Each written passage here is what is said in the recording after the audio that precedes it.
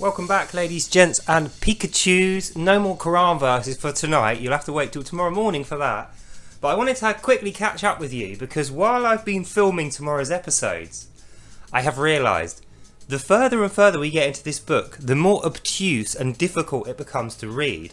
And the reason is because the more and more lies and obvious contradictions Allah has put into his book.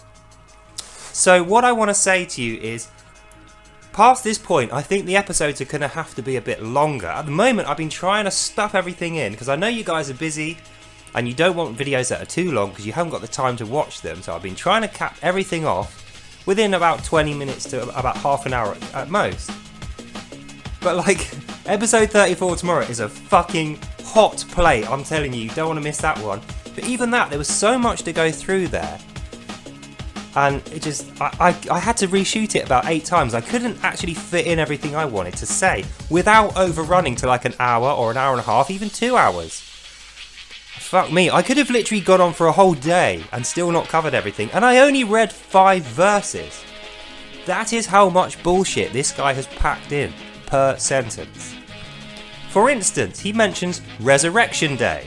Now, if you're a Muslim and you're reading that, you'll assume, oh, Allah resurrects himself then, he's just like Jesus. But he doesn't actually say it's his resurrection day, so if you're a Christian you'll think, oh, he's talking about Jesus' resurrection day.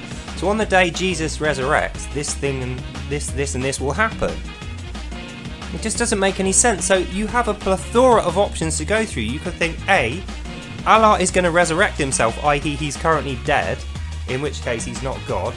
Or maybe he's lying, he's not going to resurrect himself, it's Christ that's going to be resurrected or someone else, in which case he isn't dead. Or he's not talking about himself at all, he's just talking about someone else's resurrection and he doesn't, then you don't know whether he's alive or dead. But the point is, whichever way you go with what he's written, by putting the resurrection in there, it makes him contradict an earlier verse. And that's what I want you to watch out for, ladies, gents and Pikachus. And we are finding out as we read more and more of this book.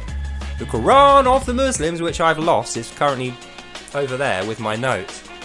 What we are finding out is this tricky, snaky bastard has purposefully written this book to deceive every single person who reads it. And we know, because he has said many times, his goal for deceiving us and making us do the things he wants is to make sure that we are not with God. That is his express goal. He doesn't want God to be glorified or worshipped. He doesn't want anyone to like God. He wants us to hate God. And the reason is because he hates God. He's jealous of God. That's why he tricked Adam into the transgression, the original sin.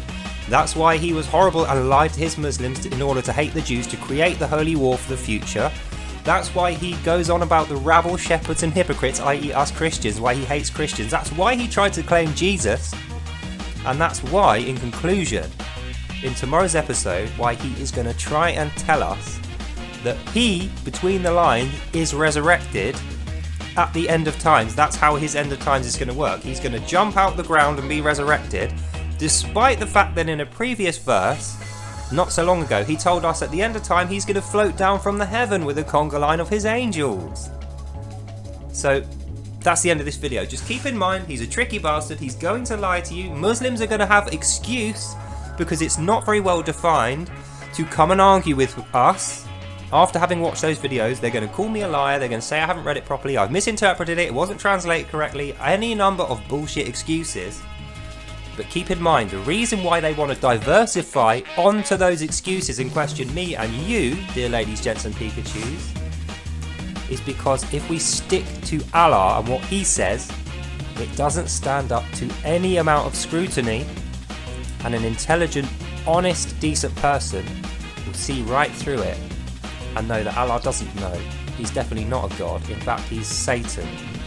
And he wants to deceive us all, lead us into sin, see us punished, and most importantly, make sure we never return to God. And we must make sure that doesn't happen.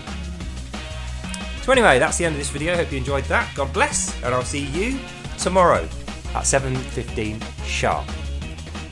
So have a good night, and I'll see you then. Bye now. These Muslims must be thinking, please Allah, mind control us into the evil Satan and Jew sinful lifestyle, because they seem to be having a much better time of things. We'll talk about it tomorrow. Until then, God bless, good night, and I'll see you in the next one.